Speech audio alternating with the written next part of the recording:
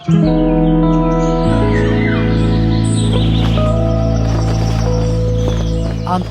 মাতৃভাষা দিবস ও ভাষা শহীদ দিবস উপলক্ষে ২১শে ফেব্রুয়ারির প্রথম প্রহরে শোকের আবহ আর বিনম্র শ্রদ্ধায় মুখরিত হয়ে ওঠে কেন্দ্রীয় শহীদ মিনার। ঘড়ির কাঁটা ১২টা বাজতেই ভাষা আন্দোলনের বীর শহীদদের স্মরণে পুষ্পস্তবক অর্পণ করেন রাষ্ট্রপতি মোহাম্মদ শাহাবুদ্দিন। রাষ্ট্রপতির চলে যাওয়ার পর রাত ১২টা ৮ মিনিটে শহীদ বেদিতে পুষ্পস্তবক অর্পণ করেন প্রধানমন্ত্রী তারেক রহমান। তিনি কিছুক্ষণ নীরবে দাঁড়িয়ে থেকে শহীদদের স্মৃতির প্রতি গভীর শ্রদ্ধা জানান। এরপর ভাষা শহীদ সহ মুক্তিযুদ্ধে বীর শহীদ, ২৪-এর আন্দোলনের শহীদ, প্রয়াত রাষ্ট্রপতি জিয়াউর রহমান ও সাবেক প্রধানমন্ত্রী খালেদা জিয়ার আত্মার মাগফিরাত এবং দেশের শান্তি, অগ্রগতি ও সমৃদ্ধি কামনায় বিশেষ মোনাজাত করা হয়। এরপর প্রধানমন্ত্রীর নেতৃত্বে মন্ত্রিসভার সদস্যরা ফুল দিয়ে শ্রদ্ধা নিবেদন করেন। ক্ষমতাসীন দল বিএনপির পক্ষ থেকেও আলাদাভাবে ফুল দেয়া হয়।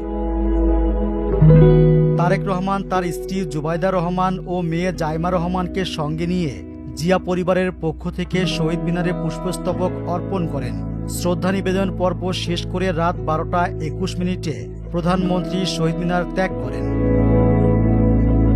সেনাবাহিনীর প্রধান জেনারেল ওয়াকারুজ্জামান, নৌবাহিনীর প্রধান অ্যাডমিরাল এম নাজমুল হাসান ও বিমান বাহিনীর প্রধান air chief marshal Hasan Mahmud Khan নিজ নিজ বাহিনীর পক্ষে শহীদ মিনারে পুষ্পস্তবক অর্পণ করেন।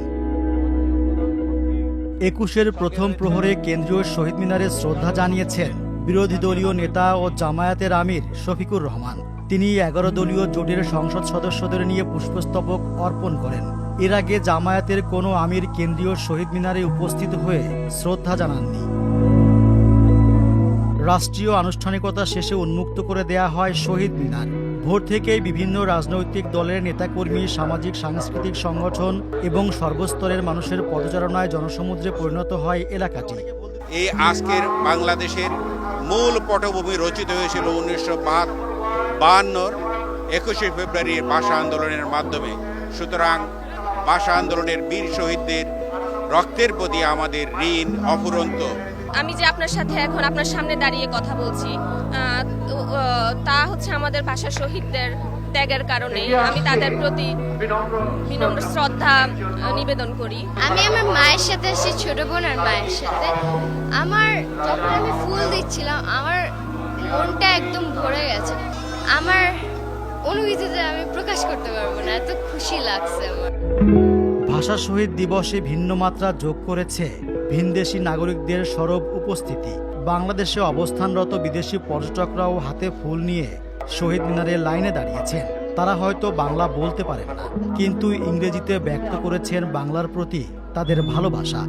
I feel very honored to be here in Bangladesh to celebrate this very special day with your country and to honor the martyrs who sacrificed their lives, and it's a big celebration and I'm happy to be here.